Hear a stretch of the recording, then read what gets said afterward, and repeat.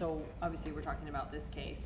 Let's just start with some initial comments about the lawsuit and what happened, and whoever would like to start. Sure, I'll start.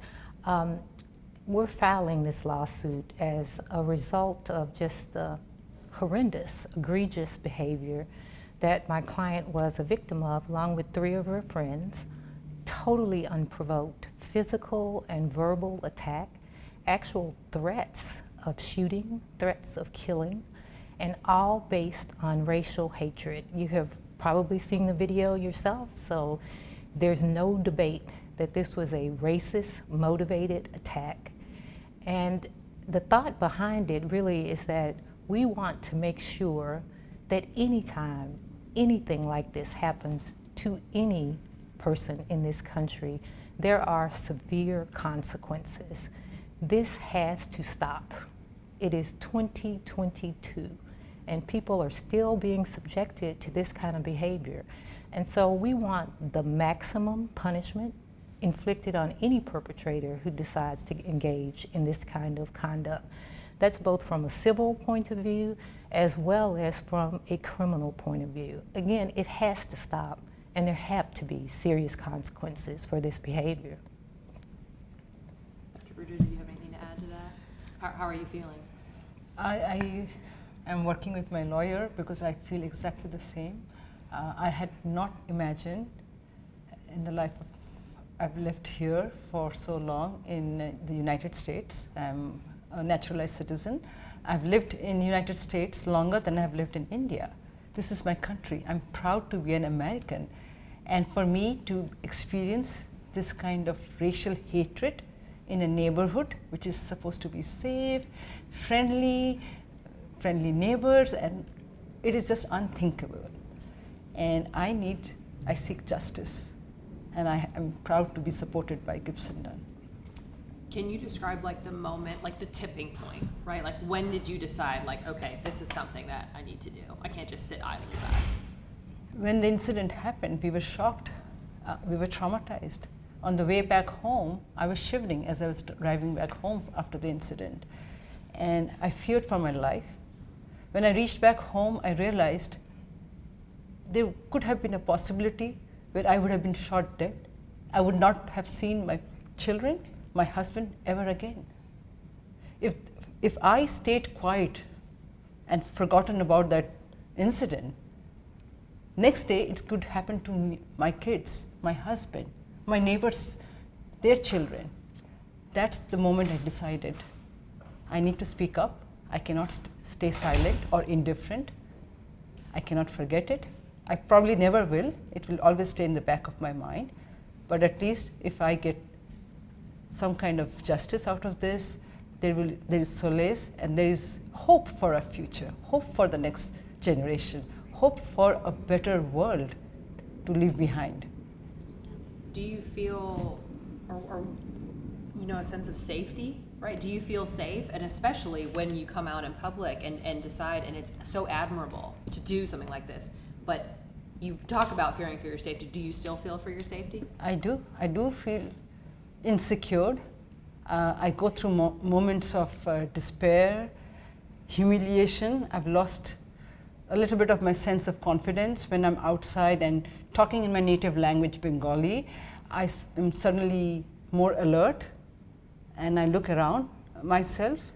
So I had never had to think about that in my neighborhood. Right, and I just want to add that it really is so important for people to stand up against this type of hatred and bigotry. And there's so many people who don't have the opportunity. And that's why Dr. Rudra's actions are just so commendable. There are so many people who suffer this kind of behavior silently, who are not in a position to get the kind of legal representation to actually cause consequences.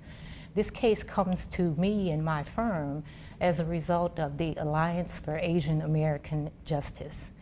And the alliance was formed, mid-COVID in the midst of the surge in anti-Asian hate.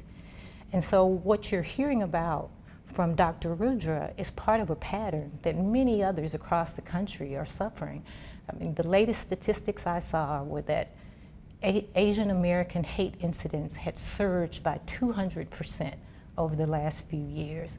That's an astonishing number. And again, that's why it's so important for victims to stand up and to actually be heard and to insist that this behavior stops. So the Alliance is a group of law firms who have committed that any victim of this type of behavior, they will find lawyers who are willing to take on those cases on a pro bono basis. And it's a group of the best law firms in the country. That's the commitment the Alliance has made. My firm, Gibson Dunn, is strongly behind that. And we are just thrilled and honored to be able to support Dr. Rudra, because it really is about more than that one incident.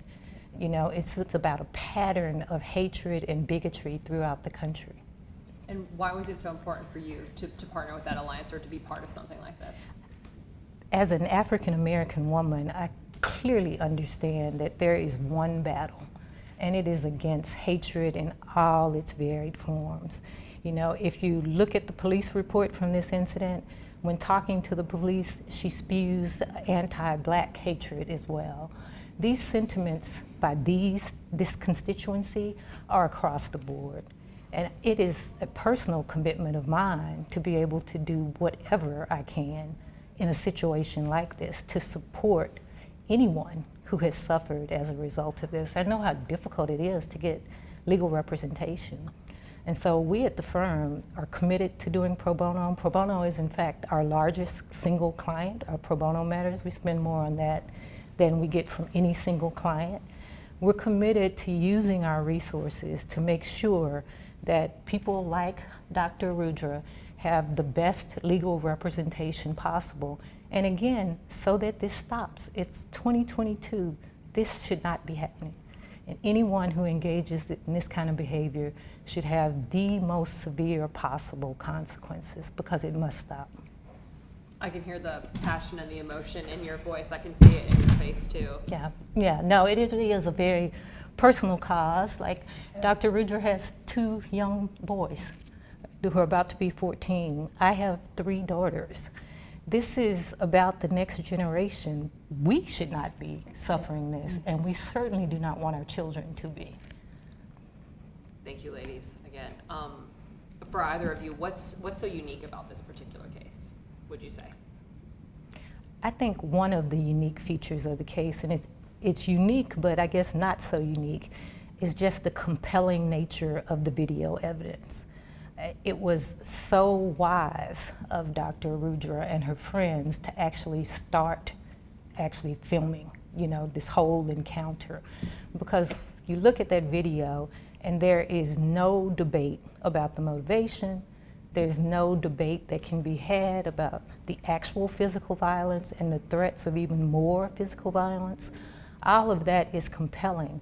I think typically in these scenarios, you have victims who don't have video evidence and so aren't in a position to bring the kind of attention to this hatred that, sad as it happened, at least we can make something wonderful out of it. We can try to stop this from happening. So I think the availability and the compelling nature of the video evidence is really a major part of the case. Yeah, Dr. Rudra, did you just were you not thinking, how does one, when you're going through something like that, remember to get out your phone and start recording? So one of the friends who was with us at that fateful night, she is the one who actually started taking the video, and then I also at some point took the video. The third friend also took a video from a distance, so we have captured the incident from 3 different angles, and the 4th friend also called 911. So I would say all 4 of us were strong, Right. brave, and we Right. decided to make this open, public to everyone, so that we can take action and prevent these crimes from happening in the future. When people see this story on social media or on TV, and I'll ask both of you, but Dr. Rudra, to start, in your mind, what is the take-home message that viewers should have, the one single message they should take home? Please do not stay silent or indifferent. Staying silent or indifferent is as bad as the crime itself. Speak up. We are looking for supporters, and I have had overwhelmingly good support from friends, co-workers, family. This is the time the whole humanity needs to come together. Veronica, it's the same thing to you. And, you know, I echo the same sentiments. And in particular, I'd like to point out that we are doing what we can as private citizens. We are hoping that our government actually has the same level of outrage and concern about this kind of behavior. So we are hopeful and expect that the state and federal authorities will actually look into this behavior and will take appropriate stern steps, because a civil lawsuit by itself is not going to do it. I think we're going to need partnership with the government. And so what we're looking for is for governmental authorities to stand up with the same amount of courage that Dr. Rudra, a private citizen, has shown. We're looking for serious consequences for this behavior. Again, it has to stop. Finally, how does this story end?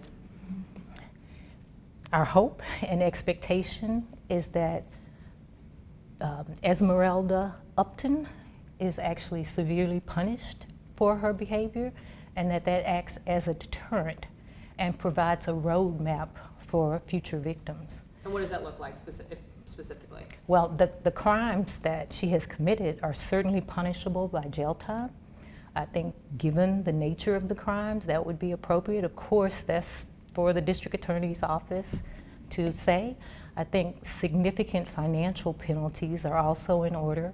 Our lawsuit seeks the compensatory damages for Dr. Rudra's suffering, but also we're seeking punitive damages. That is, damages designed to send a message to the community that if you engage in behavior like this, you will suffer sorely for it. And so this is a lawsuit to send a message: stop, and to provide a roadmap for other victims, that there are resources out there for you. If you have a situation like this, contact the Alliance, pursue all your resources. Together we can make this stop. And Dr. Rudra, I'll end with you. How does your story end? My story ends when this kind of crimes, racial hatred crimes, come to an end, or at least slow down, because more awareness and advocacy we create around us, that's the way we can put an end to this kind of behavior.